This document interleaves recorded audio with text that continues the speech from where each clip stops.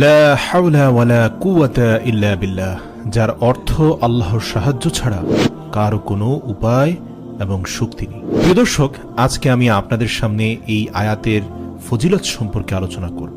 এই আয়াতটি কখন পড়বেন, কিভাবে পড়বেন, কিভাবে পড়লে আপনার সকল অশুভ শক্তি দূর হবে, সকল দুঃখ বিপদ থেকে আপনি নাজাত পাবেন, কিভাবে আমল করলে জান্নাতের রাস্তা সহজ হবে, কিভাবে আমল করলে আপনার সমস্ত দোয়া কবুল হবে, কিভাবে আমল করলে আপনার নামাজ কবুল হবে, কিভাবে আমল করলে 70টি বড় বড় বিপদ থেকে আপনি রক্ষা পাবেন, 99টি রোগ থেকে মুক্তি পাবেন।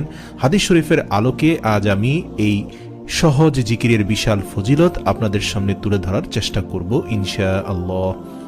1 নম্বর হচ্ছে দারিদ্রতা দূর হবে এই জিকির দ্বারা। হযরত ইবনে আব্বাস রাদিয়াল্লাহু তাআলা আনহু বলেন, নবী করিম সাল্লাল্লাহু আলাইহি সাল্লাম ইরশাদ করেন, যাকে দুঃখ চিন্তা ঘিরে আছে তার উচিত বেশি বেশি লা হাওলা ওয়ালা কুওয়াতা ইল্লা বিল্লাহ পড়া। অন্য এক হাদিসে আবু হুরায়রা রাদিয়াল্লাহু তাআলা আনহু হতে বর্ণিত, তিনি বলেন, একবার রাসূল সাল্লাল্লাহু আলাইহি সাল্লাম বললেন, লা হাওলা ওয়ালা কুওয়াতা ইল্লা বিল্লাহ, বেশি বেশি পড়তে থাকো, কেননা এই বাক্যটি জান্নাতের গুপ্তধন সমূহের, গুপ্ত ভান্ডার সমূহের একটি গুপ্ত ভান্ডার।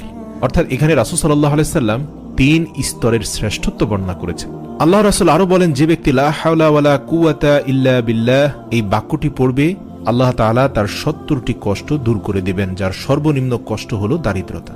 অপর এক হাদিসে আছে, লা হাওলা ওয়ালা কুওয়াতা ইল্লা বিল্লাহ জান্নাতের দরজা সমূহ থেকে একটি দরজা। হাদিস শরীফে আরো আছে, লা হাওলা ওয়ালা কুওয়াতা ইল্লা বিল্লাহ পাঠ করলে প্রতিবার পাঠ করার সাথে সাথে আল্লাহ তাআলা ওই বান্দার জন্য একজন করে ফেরেশতা নাজিল করবেন, আর সেই ফেরেশতা ওই বান্দার সমস্ত রোগসমূহ দূর করে দেন আল্লাহ তাআলার হুকুমে। হুজুর সাল্লাল্লাহু আলাইহি সাল্লাম আরো ইরশাদ করেন, যে ব্যক্তি 10 বার বিসমিল্লাহি ওয়ালা হাওলা ওয়ালা কুওয়াতা ইল্লা বিল্লাহিল আলিয়্যিল আযীম পড়বে, আল্লাহ তাআলা তাকে এমন ভাবে পুত